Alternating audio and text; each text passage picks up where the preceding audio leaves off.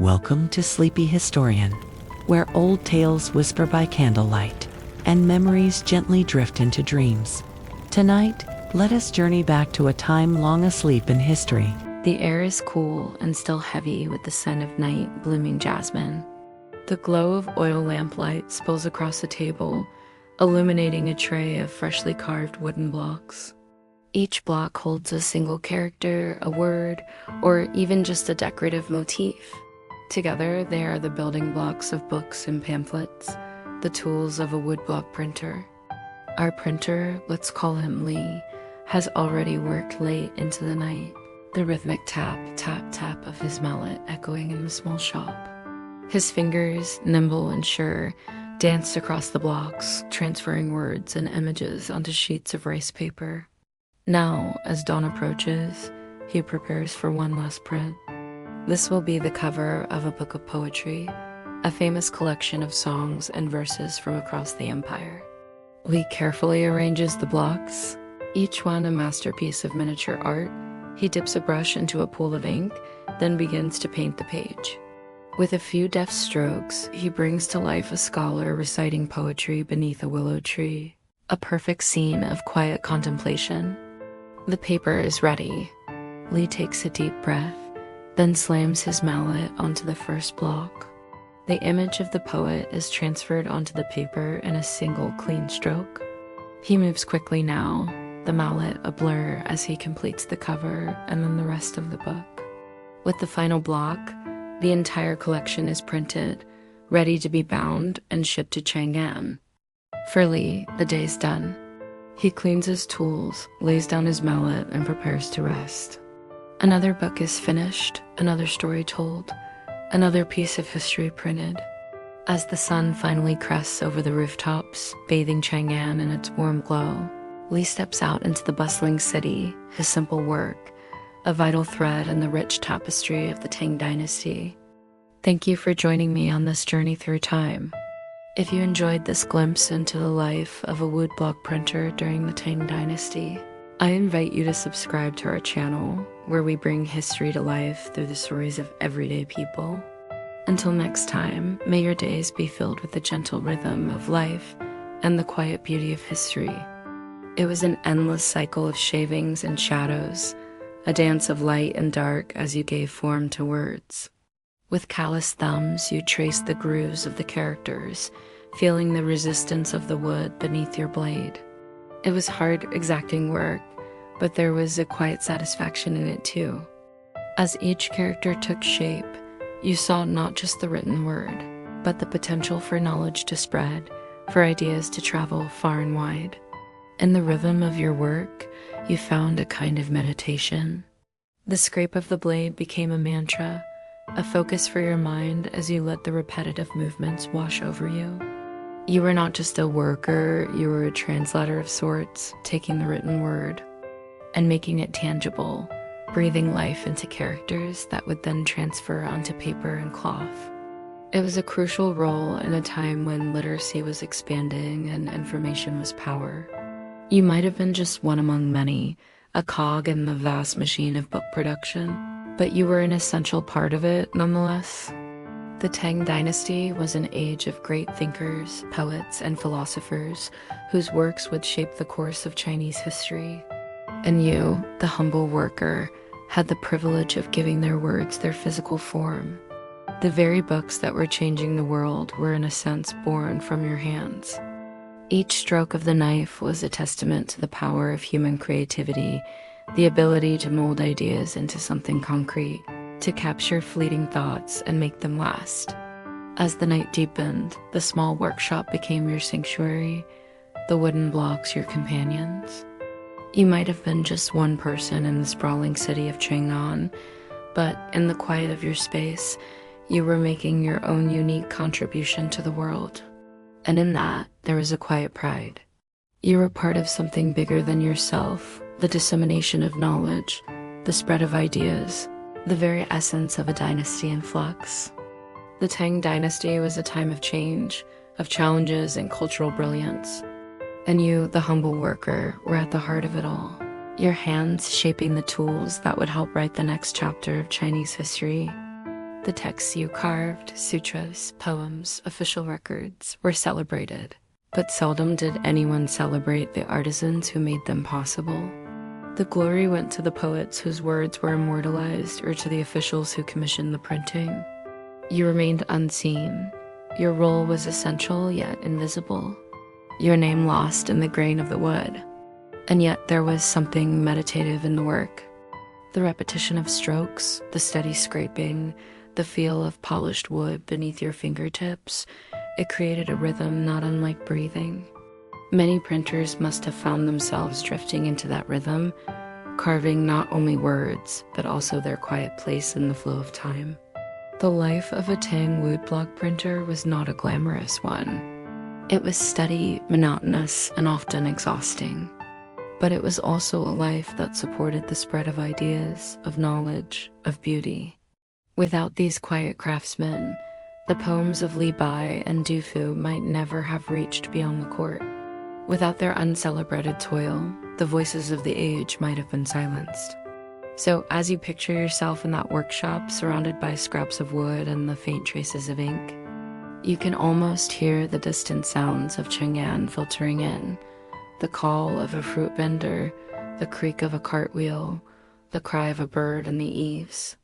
And over it all, the slow, patient rhythm of your carving knife, a rhythm that may lull you into calm, just as it lulled the printers who lived it. From here, we will gently step from the world of the anonymous craftsman to the halls of power for within this same dynasty. A remarkable figure rose from concubinage to rule as the only female emperor in Chinese history. Her name was Wu Zetian. Now, would you like to hear a love story? A tale of two lovers separated by an ocean of societal norms and united by an invisible force? Or perhaps you'd prefer to be transported to a bustling marketplace in ancient China, where the aroma of spices mingles with the rhythmic banter of merchants and the curious stares of onlookers. Let me know your thoughts. Now, let us leave behind the quiet, ink-stained workshop of the printer and walk into the resplendent world of the Tang court. The contrast is striking.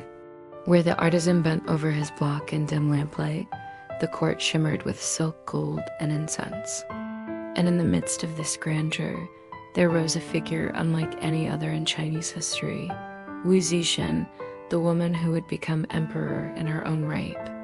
Not merely an empress consort or a regent, but the sovereign ruler, commanding the Middle Kingdom with authority that was both feared and admired. Imagine for a moment the path she walked. Born in the year 624, Wu entered the palace as a young concubine of Emperor Taizong. In those early days, her role was small, her presence just one among many. Yet she observed, listened, and learned. The palace was more than a place of beauty. It was a labyrinth of intrigue, ambition, and constant maneuvering. When Taizong passed away, Wu should have retired to a Buddhist convent, as was the custom for widowed concubines. But fate, or perhaps her own will, drew her back. Through intelligence, patience, and charm, she found her way into the favor of the new emperor Gaozong. By his side, she rose higher than any concubine before her. Picture the palace halls where she moved. Long corridors lined with polished wood, the faint fragrance of sandalwood smoke drifting from censers, the flutter of silk robes as officials bowed low. Wu Zetian walked these corridors not as a passive figure, but with eyes always open, weighing allies and enemies alike. In time, she became empress consort, and when Gaozong's health failed, she acted as his voice, his strength, his will. Many whispered, some in awe and others in resentment, that she had taken the reins of the empire. After his death, she ruled as regent and eventually declared herself emperor, founding her own short-lived dynasty, the Zhou, within the long Tang era. Her story is one of the most dramatic in Chinese history, a tale of a woman who defied convention at every turn and whose ambition knew no bounds. Now, if you want to know more about Wu Zetian, I highly recommend a book called The Dragon Empress by Let Me Tell You. It's a fascinating read. You can find it at your local library or bookstore. Her reign was marked by paradox. On one hand, she was ruthless in eliminating rivals, employing networks of secret police, and ensuring no threat to her throne. On the other, she expanded opportunities for scholars, encouraged the use of examinations to select officials, and supported Buddhism with fervor, commissioning grand temples and statues that still stand in fragments today. Wu Zetian's image has shifted over centuries. To some chroniclers, she was a schemer, cruel, and ambitious beyond the bounds of propriety. To others, she was a capable ruler who brought stability and prosperity. Both may be true, for history often contains these dualities. And yet, in the stillness of reflection, one might imagine her as she truly was, a woman who rose beyond the expectations of her age. At dawn, perhaps she stood on the palace terrace, watching the sun rise over Chang'an. The city stretched before her, its gates and towers lit with golden light. She would have heard the distant hum of the waking capital, the low murmur of soldiers at their posts, the soft chanting of monks from a nearby temple. It is easy to think of her as untouchable, yet she too was human, subject to loneliness, to doubt, to the weight of the crown upon her brow. She walked a path no woman before her had taken, and few would ever attempt again. As the years of her reign passed, she left behind a legacy both brilliant and shadowed. Poems composed in her honor praised her wisdom, hostile accounts condemned her excesses. And when she was gone, her tomb was left without an inscription, a silent monument to a life too vast for a single epitaph. And so, the rhythms of her empire carried on. The printing blocks continued to carve words into wood. The markets of Chang'an bustled with life. And deep in the desert, far from the palace, secrets were being sealed away in caves of mystery we will soon turn to. From the grandeur of Chang'an and the palace halls of Wu Zetian, let us travel far west, beyond the fertile plains and across the vast, whispering stretches of desert. Here, where the winds sweep fine sand across barren rock, lies Dunhuang, a frontier town once alive with the caravans of the Silk Road. Imagine yourself approaching this place in the Tang Dynasty. The sun is low, painting the sky in faded gold and rose, while the desert air cools against your skin. Ahead rise cliffs of ochre stone, and within them, carved like honeycombs, are hundreds of caves. These are the Mogao Caves, also called the Caves of the Thousand Buddhas. Step quietly inside one of them. The air is cool, still, and faintly tinged with the scent of earth and incense. Before you, murals unfold across the walls, vivid scenes of the Buddha's life, celestial beings with flowing scarves, and donors in Tang robes kneeling in reverence. The colors, though soft by time, still glow with blues, reds, and golds. Above, the ceilings bloom with painted lotuses, as if you were standing beneath a garden of stone and color. For centuries, monks, artists, and patrons of the Tang Dynasty came here to carve, paint, and pray. The caves were a sanctuary, a meeting point between the material world of merchants and soldiers and the spiritual world of devotion. Pilgrims paused here as they traveled the Silk Road, leaving offerings of coins, silks, or prayers whispered into the silence. Yet within this labyrinth of painted chambers lay a mystery. Sometime around the 11th century, one small cave was sealed, its entrance hidden from view. Inside, countless manuscripts were stored: sutras, poems, contracts, letters, calendars, even fragments of music. The collection was vast, a library in the desert, waiting silently in darkness. Why were these texts hidden? Scholars still wonder. Perhaps it was an act of preservation, protecting the writings from political turmoil. Perhaps it was devotion, a way of offering sacred words as one might offer incense or a statue.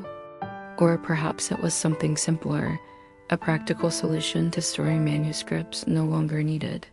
For nearly 1,000 years, the cave remained sealed. Then, in the early 20th century, it was rediscovered. Imagine the moment. A caretaker, brushing sand from the stone, opening a small entrance, and finding not an empty chamber, but bundles upon bundles of scrolls, resting in silence.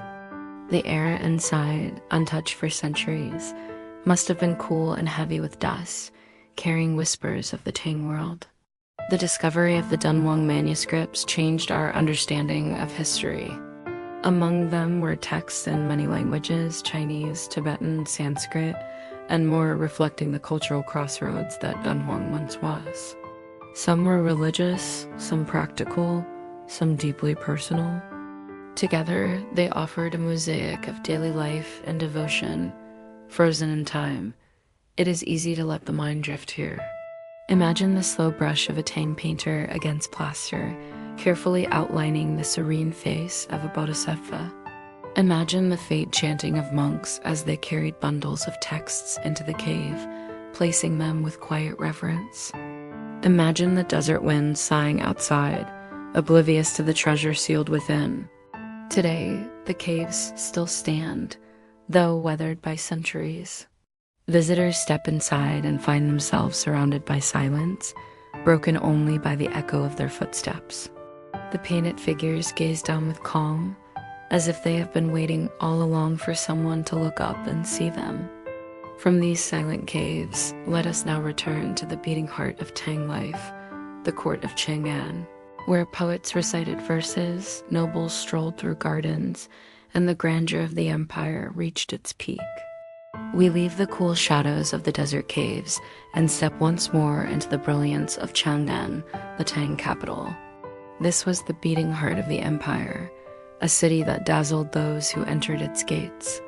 Imagine it now, broad avenues stretching straight as an arrow, lined with walls and gates so vast that they seemed to touch the sky. At its height, Chang'an was home to nearly 1 million people, officials and soldiers, merchants and scholars, entertainers and monks.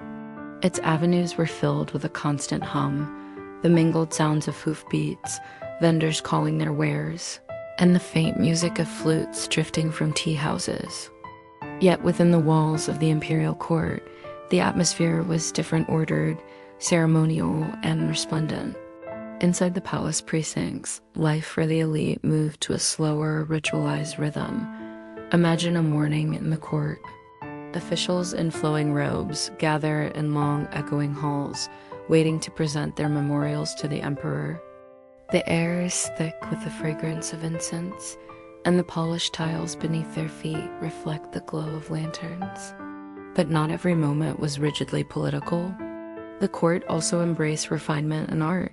Poetry, in particular, was cherished not as a pastime alone, but as a measure of a person's cultivation. Imagine standing in a palace garden where flowering trees scatter petals onto the stones while courtiers gather for a poetry contest. Verses are composed on the spot, inspired by the scene before them, the curve of the moon above a pond, the delicate fall of plum blossoms, the cry of a distant bird. Gentle laughter follows, but beneath it all is the quiet awareness that brilliance in poetry could bring favor and clumsy words could bring embarrassment. Tea, too, was a pleasure that bound the court together. During the Tang, tea drinking was refined into ceremony. Picture a gathering where porcelain cups are placed upon lacquered trays, steam rising faintly as hot water meets powdered leaves. The taste is subtle, earthy, yet soothing. Conversation flows in measured tones, punctuated by the soft clink of porcelain against wood. The ritual itself was as important as the flavor, an act of harmony and attentiveness. And then, on festival days, the court revealed its grandeur in dazzling processions. Imagine the streets outside the palace alive with color banners of crimson and gold fluttering in the wind, musicians beating drums in steady rhythms, horses adorned with silk tassels stepping proudly forward. Officials rode in stately order, while dancers and acrobats performed before the delighted crowds. For the common people of Chang'an, these glimpses of the emperor's procession were moments when the splendor of the court touched ordinary lives. Yet even within such brilliance, life was not without unease. Etiquette was strict, and a misstep could mean disgrace. For courtiers, survival often meant not only talent but caution, knowing when to speak and when to remain silent. Behind the embroidered silks and polished rituals, ambition and rivalry moved quietly, just as they did in every corner of the empire. Still, the rhythm of Chang'an was enduring. Poetry contests, tea ceremonies, lantern festivals, and grand parades became the cadence of courtly life. These moments, both refined and resplendent, gave the Tang Dynasty its glow and memory, an age when elegance and empire were intertwined. As we close our journey through this world, let us now reflect gently on the rhythm of the Tang Dynasty itself, the artisans at their blocks, the empress at her throne, the monks at their caves, and the courtiers in their halls. Each was a part of the same tapestry woven together in the golden age of China. And so our journey through the Tang Dynasty draws to a gentle close. We have wandered through the quiet workshop of the woodblock printer, where the steady rhythm of the carving knife echoed like the breath of history. We have walked beside Wu Zetian, the only woman to reign as emperor, gazing from her palace terrace over the city of Chang'an. We have entered the silent caves of Dunhuang, where painted figures and hidden scrolls kept their secrets for centuries. And we have strolled through the court of Chang'an itself, where poetry was recited beneath blossoming trees and banners fluttered in dazzling processions. Each of these scenes, different yet connected, reminds us of the rhythms of life in the Tang Dynasty. Some lives were filled with labor and anonymity. Others were gilded with ceremony, art, and power. Together, they wove the fabric of an age remembered for its brilliance and complexity. Now, imagine yourself stepping away from these places. The palace lanterns dim behind you, the echo of footsteps fades from the caves, and the sound of carving tools falls silent. All grows still. The Tang world, bright and immense, becomes distant like a lantern glowing faintly across a dark river. Here in the present, you are safe, resting in the quiet of your own time. The struggles of woodblock printers, the ambitions of emperors, the mysteries of sealed caves, and the splendor of Chang'an belong to history now, far removed from the calm of this moment. As you settle deeper into rest, let these echoes of the past soften into silence. Let your breath find its own steady rhythm, like the rhythm of a carving knife or the cadence of a verse recited long ago. The golden age of the Tang Dynasty fades into dream, and you are left with peace, stillness, and the comfort of knowing that the past is only a story, one that you may return to whenever you wish, but which now drifts gently away. Sleep well, traveler of time. Tonight's story comes to a close. If your eyes have gently shut, then I wish you a deep, peaceful sleep. Until we meet again in the next dream.